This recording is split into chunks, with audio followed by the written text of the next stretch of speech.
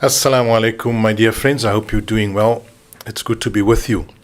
Now, I just want to make a short point in this video, and that is that the rereading or the revision that I've been offering you on this channel is not something that is the result of an epiphany or something that I have uniquely discovered or that I'm trying to impose on the traditional or correct understanding of Islam, but rather I am offering you a reading that is a dissenting view from the majority that goes back a long way. In fact, I trace the roots of the revisionist reading of Islam, the dissenting reading from the majority, back to shortly after the passing of the Prophet ﷺ. In fact, the reading that I'm offering you is a reading that I believe is true to the lifetime of the Prophet Muhammad ﷺ, and is true to the period shortly after the Prophet, which was engaged in by those who were very close to the Prophet Muhammad ﷺ. So that is the point I'm trying to make here. And I have in the past, in some of my videos, related to you the understanding that I have regarding the authentic or the traditional Quranic reading of Islam vis-a-vis, in comparison with or in conjunction with the early philosophical schools of Islam. Now in this video I just want to shortly point out to you a very prominent school that existed very early on in Islam. In fact, before the Ahli Sunnah wal Jama'at, we had, because the Ahli Sunnah wal Jama'at was founded approximately, I'm not serious, you can correct me in the comments, approximately 2 centuries after the Prophet Muhammad ﷺ, in the time of the Tabi'een, I think, so it's less than 200, when some of the students of the Mu'tazila turned against the teachings of the Mu'tazila. When some of the students like Muhammad Shaybani and some of the other students, where they actually differed with their teachers who were Mu'tazila teachers. So that is the point I'm trying to make in this, is that the Mu'tazila was actually, it precedes the school which is today known as the Ahli Sunnah wal Jama'at, and if you do your research you will find that what I'm telling you is absolutely correct. So, the Mu'tazila being a preceding philosophical school before the Ahli Sunnah wal Jama'at, it's worthwhile paying attention to that school of thought. So let us just quickly, and of course the Mu'tazila is to a large extent a defunct school of thought. And what do we mean by Mu'tazila? Let me just explain for everyone's benefit. The Mu'tazila, the word i'tazala means to extricate yourself, right? So to extricate yourself, the word does appear in the Qur'an. In fact, it refers to some of the noble prophets extricating themselves from their corrupt communities. So to say somebody is a Mu'tazila, it aligns with a Quranic term, that you extricate yourself from the majority when the majority is clearly not in alignment with what Allah or what the Qur'an requires or teaches. So Mu'tazila means to extricate yourselves from a greater majority, to become a dissenter, to become a minority within the majority, right? So that is the word Mu'tazila. So what was the Mu'tazila? The key principles of the Mu'tazila were really around rationalism. So one of the key principles of the Mu'tazila was that every reading of the Quran has to take place within a rational state of mind, from a rational perspective. Because, and they use absolutely Quranic proof, أَفَلَا تَعْقِلُونَ أَفَلَا يَتَدَبَّرُونَ. The Quran constantly appeals to the reader to use his intellect or her intellect. And that is exactly the core principle of the Mu'tazila. Now, where does the Mu'tazila get its core principles? It took those from the Holy Mus'haf, from the Qur'an Sharif. You see, from the Qur'an, they inspected, investigated, and through many, many readings, they gleaned those principles that seem to be repeated over and over. So those principles would include things like justice. It is impossible for God to be unjust. Those principles would be that the unity of God. Those principles would include things like the necessity for there to be accountability one day in the form of the Ma'ad, or the Yawm al-Hisab, or the Day of Judgment, but also that there should be accountability on earth. Right? So those are some of the core principles of the Mu'tazila. But the Mu'tazila, or the extricators, being a highly defunct school, we look at, and that was always my position, we look at those schools of thought that most fully, or most faithfully, still adhere to those core Mu'tazila beliefs. And in a previous video, I mentioned to you that the school of thought today that most faithfully, or in a most comprehensive way, still adhere to the core Mu'tazila beliefs would be the Zaydiya. And that is the Muslims, which is a minority of a minority of a minority. So you get the Muslim world being a majority, 2 billion. Then within that you get the Shia, which is something like a 10% minority. And then within the Shia you get a 10% minority. Within the world of Islam you get a 10% minority, the Shia. Within the Shia you get a 10% minority called the Zaydiya. And then within the Zaydiya, that really, there's some divisions there, but really in there you find the core principles which were adhered to by the Mu'tazila. I just want to share this reading with you as a matter of interest to just enlighten you. Zaydism and Mu'tazilism. I just want to lift some important points from this reading. Zaydi theology shares much with a school of thought known as Mu'tazilism. The Mu'tazili school is a very early rationalist school of thought in Islam.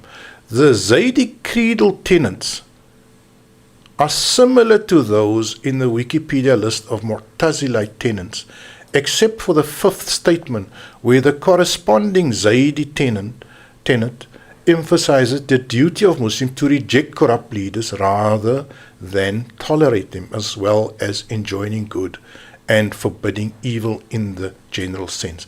Now, the Mu'tazila school, their fifth principle only merely states that Amr bil Ma'ruf wa Nahi anil Munkar, which is an often repeated statement in the Qur'an, right? Amr bil Ma'ruf wa Nahi anil Munkar are often repeated statements in the Qur'an, and they basically place the obligation on every believer, every mu'min, every embracer of the Qur'an to enjoin what is right, to advocate for the good, and to advocate against what is harmful or negative or bad for society. Right? Now, the Zaydi school, what they do is they take it further, and they say that includes exposing and opposing a corrupt king or a corrupt leader. No wonder that we find that the Zaydis in Yemen today, the Houthis, are so dead set against expelling any corrupt leader in their country, where they expelled their corrupt leader, who was a Saudi and an American puppet. And no wonder that they took the strongest, or one of the groups that took the strongest positions against Israel. So in the Zaydi core creed, it actually states in one of the 5 core principles that they need to actively oppose a corrupt or evil leader. Let's quickly look some more at this paper here, and then I'll finish off. Imam Zayd was one of the teachers, and that's very interesting. Imam Zayd, who was a great-great-grandson of the Prophet ﷺ, was one of the teachers of the Mu'tazili school, meaning he influenced it rather than being influenced it. This is illustrated by his biography. some early Mu'tazilas identified as Sunnis. Actually, so the Mu'tazila school is still regarded as a Sunni school. That's a fact. Because the early Mu'tazilas were really Sunnis. They weren't Shi'i. They weren't really in the camp of Sayyidina Ali, alayhi salam. So they were not really obsessed with the family of the Prophet, right? So that is a difference also. The Zaydis are amongst the very few Muslims left in the world today with a rationalist theological outlook. There are many Sunnis today who would love to be Mu'tazilas, but are under the mistaken impression that Mu'tazilism is extinct. Here is a typical comment from one of them. As a Mu'tazila Muslim from Turkey who abandoned the foolish dogmas and barbaric absurdities of the Ahl Sunnah wal Jama'at, who is fed up with the secularist state control towards Islam and who perhaps is the last of the adherents of a revolutionary dead sect that made such notable contributions to a logical and consistent monotheistic creed based on Quranic revelation. I must confess, I was overjoyed to discover the great theological and philosophical reasoning of Mu'tazila the first time I encountered it earlier this year. Never before in any Islamic text or school have I seen such clarity and sophistication regarding ontological matters. Let me just explain the word ontological matters. What is ontology? Ontology is the field of philosophy that is concerned with being, with the status of being of things, right? So we have to, in philosophy, it's very important to establish the state of being of things or ideas. So if I say that there is a king of America, there is no ontological basis to that claim because America doesn't have a king. Right? But if I say the King of England, there is an ontological being or reality to that statement. So it's the study of reality or of being. Now, hadith, for example, if I say that the Prophet left a legacy of hadiths which came about 200 years after his lifetime, ontologically, there is no way of associating that claim with the Prophet ﷺ. That is like saying the Prophet left two sons behind, because he never left two sons behind. He doesn't have any sons that survived him. So ontologically, there is no reality to saying that the Prophet left two sons behind. The same with the Prophet left 100,000 hadiths behind. There is no ontological, there is no reality to that. The reality is something that is constructed by men, and so that is why ontology is an important aspect of philosophy and why it comes up here. Never before I'll continue. The question of free will and existence of evil in the world were elucidated to such a level that no question or doubt remained. Even now, to my astonishment, I read to explore how Mu'tazila has successfully answered all issues of faith, law, justice, morality in Islam more than 1,000 years ago. Equally, I am baffled as to how a rational, intellectual, meritorious, virtuous, well-principled school of Islamic thought, such as Mu'tazila, could fade away. Is it because of Asharite slanders? Asharite, that means the Ahl Sunnah wal Jama'ah, against the magnanimously upright tenets of Mu'tazila for centuries, or the hatred caused by mihna. The mihna is the investigation, right? It is similar to the Inquisition of Europe, but Muslims also had a mihna, right, which the kings produced to inspect the validity of people's state of belief. Was it Ghazali who delivered the final blow with his inconsistence and irrationalism? The downfall and demise of the sect is shrouded in mystery, right? So I think, let me just conclude there, that clearly today the core principles of the Mu'tazila are carried forward in the creed or in the philosophy of the Zaydis. Now, just some famous Mu'tazila that were not Zaydis would be Averroes, Ibn Arabi. So there's scholars like Ibn Arabi, Ibn Rushd, Ibn Sina. These are all famous Mu'tazila. In modern times, what I'm looking at and what I'm researching is how we could draw from these traditional philosophical schools to reconstruct a comprehensive and a coherent creed or basic set of core tenets and doctrines that is anchored and solely based in the Qur'an.